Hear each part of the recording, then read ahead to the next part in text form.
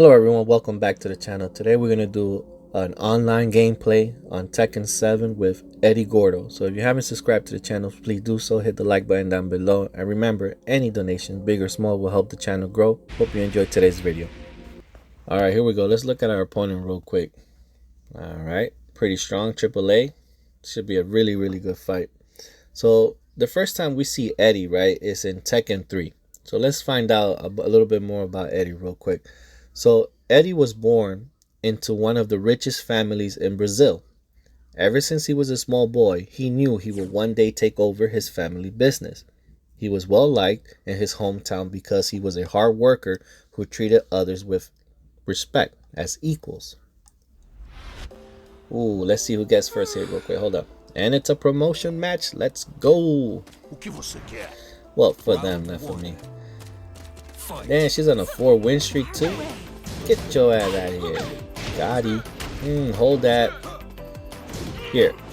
Aliu. Alright, let me keep reading real quick.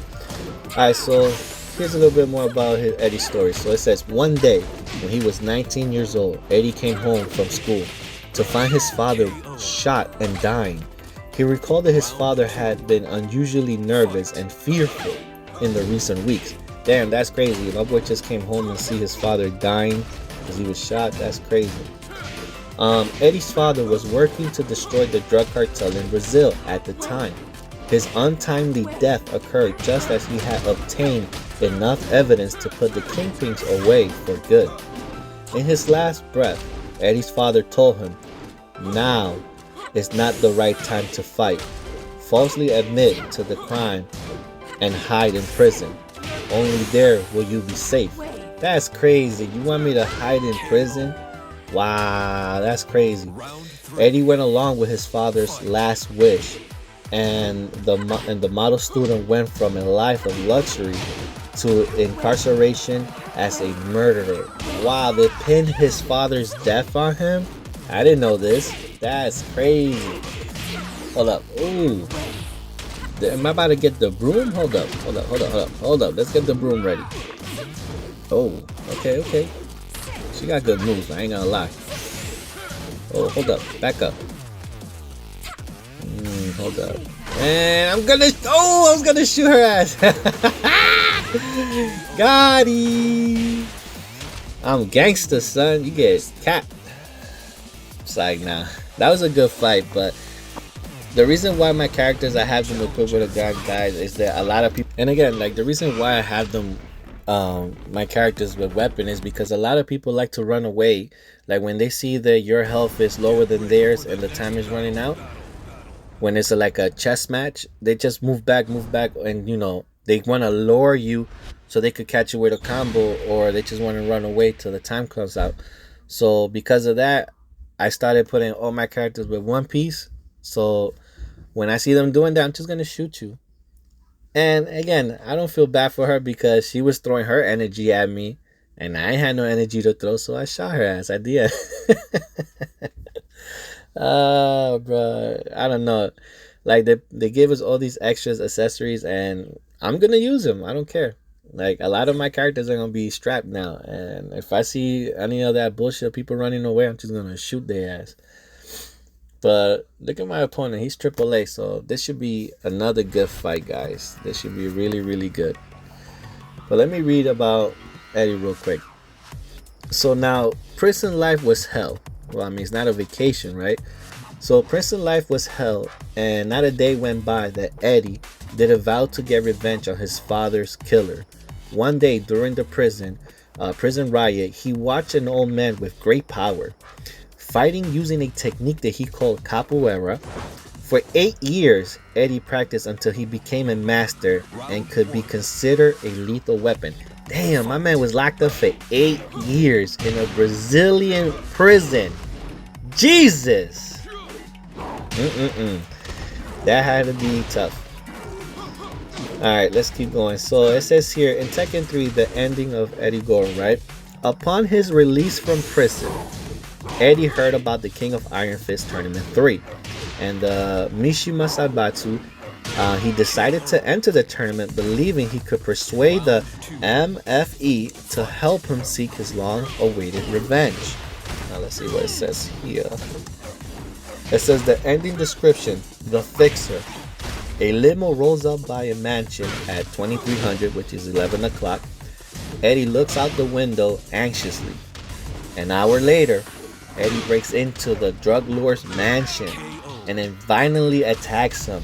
The drug lord points to the table with the photographs of Kazuya on it. Damn, so they're trying to say that Kazuya ordered the hit? That's crazy. Damn, is this guy really gonna get the broom on me, bro? What is going on here? Wow, this guy is tough. Ooh. Man, the lagging on this. This guy gotta get better internet, bro. Ooh, you did your special too early, my boy. Damn, I'm really not liking the lag on this. Oof, sorry. Alright guys, let's make the greatest comeback. Alright, let me keep reading now. In Tekken 4, right, it says here, although Eddy Gordo was a playable character in Tekken 4, he was not actually a participant in the tournament. It was implied that Eddy had disappeared during the 4th tournament to seek his revenge against the person responsible for the death of his father. Later turned out to be Kazuya Mishima. I don't know about that, bro. My boy had his own problems, so I don't think he had time to be killing Eddy's father like that, but that's what it says here. It said his student and also the granddaughter of his master, which was the old man in prison, Christine Montero, entered the King of Iron Fist Tournament 4 to find Eddy, as this was the only clue that can lead her to him. Ooh, final round. Let's go, boy. Come on, you had all this hype on you. You know, you had this. You had me, bro, but you know, you let me come back. Now it's over for you, because I'm about to shoot your ass. Yo, you see what I'm talking about? You want to stay away, bro? I'm just going to keep shooting at you. Ooh, good knee. I mean, you got a bat too, bro. You did your special too early, my boy. Bye-bye. Ooh, you had a good fight, but it wasn't enough, my dude. Sit your ass down.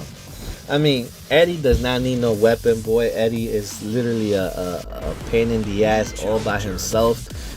I think he's one of the most hated characters because he's so strong and easy to use that a lot of people, you know, don't like playing with him. But I love Eddy, bro. I don't care. Mashing buttons to other people, but so what? If you learn how to play with him, he's a beast. Alright, let's look at our opponent real quick. He's a AAA 3-win streak, so it's going to be a really good fight, guys. So I'm going to keep on reading. It says here, in Tekken 4, Christine Montero's ending, right? The ending description, Christine has defeated Heihachi Mishima and won the tournament. And the audience is cheering her on. And the people begin to walk up to her, taking photos and complimenting her on her victory. One man starts to interview her, and Christine is very nonchalant throughout the whole interview, right? And a man in a suit walks up to her holding a golden trophy, which is shaped as Heihachi's head. So Christine, let me see what it says here. I'm gonna scroll down. It says Christine looks through the crowd and sees Eddy, who has a sling on one of his arms. Christine starts to run up to him while yelling Eddy twice, and an echo of her saying his name is heard after the second time she says it. And Christine runs up to him and hugs him. Eddy hugs her with his other arm that is not in the sling, obviously. And Christy says Eddy, and then she closes her eyes and smiles.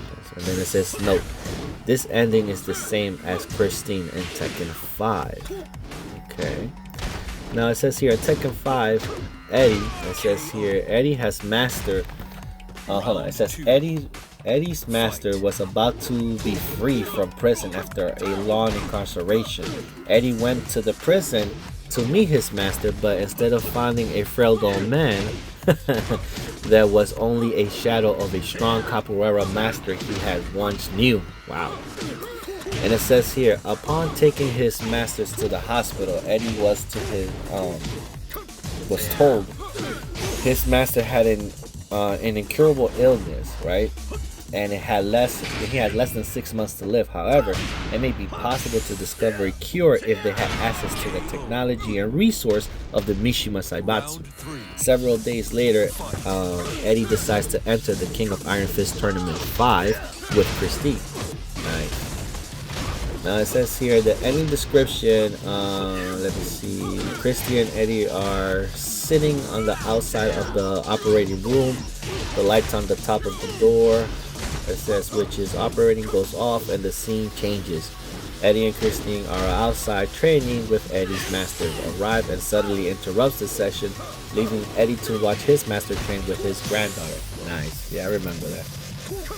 Damn, this guy's about to get the broom on me. Hold up, man. Nah, bro. We're gonna go to a 4th round. Alright, now it says here that in the note, it says this is the ending, the same ending for Christy and Tekken. Well, for Christy and Tekken 5. Now we're getting along here to Tekken 6. Now at the conclusion of the King of Iron Fist Tournament 5, Eddie spoke alone with Jin Kazama. Jin offered to lend his money and resource to save his master's life if Eddie only joined the Tekken Force. He promised to find a cure for Eddie's master's illness. Nice. Here we go, just like that. Round 5, final round.